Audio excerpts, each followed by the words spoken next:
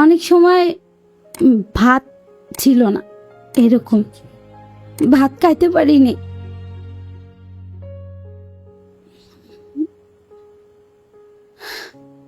আব্বুকে কথা শোনাইতো, মেয়েকে নিয়ে ব্যবসা করছো, এটা শোনাইতো।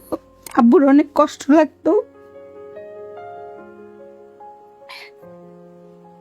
এমনও কথা আমার দাদাকে সবাই বলতো যে তোমার নাতিকে কখনো বিয়ে দিতে পারবে না, আর তুমি 5 ওয়াক্ত নামাজ পড়ো, তোমার নাতি যা গান গায়, মানুষজন আমাকে খারাপ কথা বলে, আমার বাবাকে খারাপ কথা বলে, মন দিয়ে গান শেখ, আমি তোর পাশে আছি। মানে আমার বাবা এই যে তখন থেকে, আমার এখনো মনে আছে, ওই ব্যক্তিটা না থাকলে আমি গান শিখতে পারতাম না।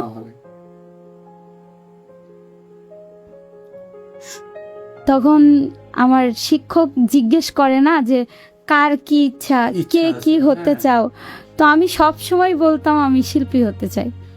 আমি মরলে কবর দিও বুকের গোরস্থানে, তোমায় কত ভালোবাসি, এই গানটা আমার জীবনের প্রথম গান। গানকে ভালোবাসি, গান গাই। আমার বাবা একা রোজগার করে পুরো ফ্যামিলি চালায়, কাঠমিস্ত্রি কাজ করে আমার বাবা। আমি ভান্ডারি, বাউল, এগুলা গান আমি বেশি গাই।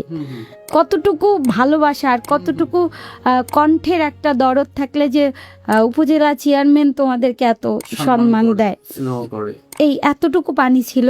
স্যার প্রত্যেকটা দিন 3টার পরে হারমোনিয়াম মাথায় করে নিয়ে আমার বাড়িতে আসতো, এসে আমাকে গান শিখাইতো। এখন তো 1-2টা গান গাইলে ফেসবুক, ইউটিউব ভিউ হইলে হয়ে যায় সব কিছু, কিন্তু আমাদের যে গান শেখাটা, এটা মোটেও সহজ ছিল না। আপনাদের সামনে আমি দোয়া করে গেলাম আমার এই মেয়েটা অনেক বড় হবে একদিন। আজকে হয়তো তার কথাটা অনেকটাই আমার জীবনের সাথে মিলে গেছে। ওনার ঋণ আমি কখনো শোধ করতে পারবো না। মৃত্যুর আগের দিন আমাকে ফোন দেয়, আমার তো শরীরটা বেশি ভালো নাই, এক কাজ করো, আমার খুব গান শুনতে ইচ্ছে করতেছে। এটা ভাবতেছিলাম যে কালকে যদি আমি গান শিখতে যাইতাম, হয়তো তাকে শেষ দেখাটা দেখতে পারতাম। তাদের জন্যই আজকে আমি, জুলেখা সরকার অনেক ভালো মনের একজন মানুষ ছিল, বকুল সরকার, ওনাকে সবাই মানুষ হিসেবে চিনতো, চেয়ারম্যান হিসেবে না। পরিবারকে বলি আমি অনার্সে পড়তে চাই, এই 5,000 টাকার জন্য আমার আম্মু অনেক রিলেটিভের কাছে গেছে, অনেক। আমার মেয়েটা যেহেতু পড়তে চায়, আমাকে 5,000 টাকা হাওলাত দেন, আমি পরে দিয়ে দিব। আমি কোনো রিলেটিভের নাম উল্লেখ করতে চাই না। অনেকের দরজা থেকে আমার মা ফিরে আসছে, আমি টাকার জন্য আমি ভর্তি হতে পারলাম না। আমি সিরাজগঞ্জ থেকে সিলেট প্রোগ্রামে গেছি, আমার বাজেট ছিল মাত্র 10,000 টাকা, সে আমাকে 4,000 টাকা কম দিছে।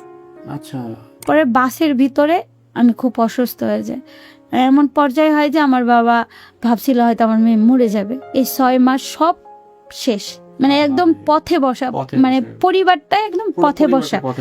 2 হাত শুধু ইনজেকশনের যে ছিদ্রগুলা, এইগুলোই ছিল। সময় ছিল আমি একদম কঙ্কাল হয়ে গেছিলাম, মানে যে আমার বুকের এই হাড়গুলা দেখা যাইতো। শুধু জ্বর, কোনো ডাক্তার, কোনো ওষুধ আমার কাজ করতেছিল না। আমি ঢাকায় আসতে পারিনি, আমার বাবা মার সামর্থ্য ছিল না ঢাকায় এনে চিকিৎসা করে। আমি হ্যাঁ, আমার জীবনে যারা আমার সাথে যারা জড়িত বা আমার এই পথে উঠানোর জন্য যারা জড়িত, তারা অত্যন্ত পরিমাণে ভালো একজন মনের মানুষ ছিল। সে আমার লাইফটা দেখবে কিনা আমি জানি না, তবে তার ঋণ আমি কখনো শোধ করতে পারবো না, কারণ ওই সময়টায় আমার বাবা মা চাইলেও আমাকে কোনো চিকিৎসা দিতে পারত না, সে সামর্থ্য ছিল না। ফেসবুকে যে রিলস ভিডিও আপলোড করা যায় বা গান আপলোড করা যায়, এগুলো সম্পর্কে আমি কিছু জানতাম না।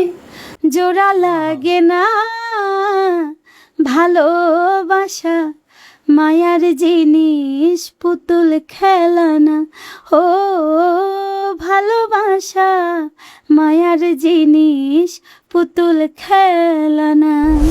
Podcast with Anis Rahman.